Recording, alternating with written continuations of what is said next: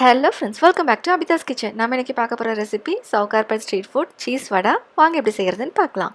முதல்ல நம்ம ஒரு ஸ்டஃபிங் ரெடி பண்ணிக்கலாம். இதுக்கு ஒரு பேனில் 2 டேபிள் ஸ்பூன் அளவு எண்ணெய், கொஞ்சமாக கடுகு, சீரகம்.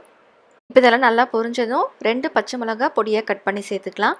இது கூட ஒரு சின்ன சைஸ் வெங்காயம் நல்லா வதங்கினதும் நம்ம இஞ்சி பூண்டு பேஸ்ட் சேர்த்துக்கலாம். 1 டீஸ்பூன் அளவு இஞ்சி பூண்டு விழுது, 1/4 டீஸ்பூன் மஞ்சத்தூளும் சேர்த்து நல்லா வதக்கிக்கலாம். நான் முன்னாடியே 3 மீடியம் சைஸ் உருளைக்கிழங்கு வேக வச்சு மசிச்சு வச்சுருக்கேன். இப்போ அதையும் சேர்த்துக்கலாம்.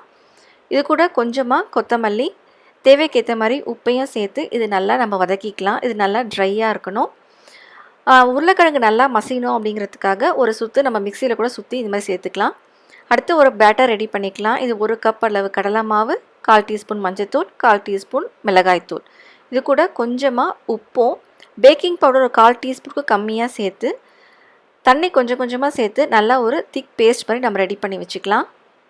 இந்த மாவு நல்லா திக்காக இருக்கணும், அப்போ தான் நல்லா கோட் ஆகும். அடுத்து நான் மொசரலா சீஸ் க்யூப், அதுக்கப்புறம் நான் ஷ்ரெட் பண்ண மொசரலா சீஸ் 2மே எடுத்து வச்சுருக்கேன்.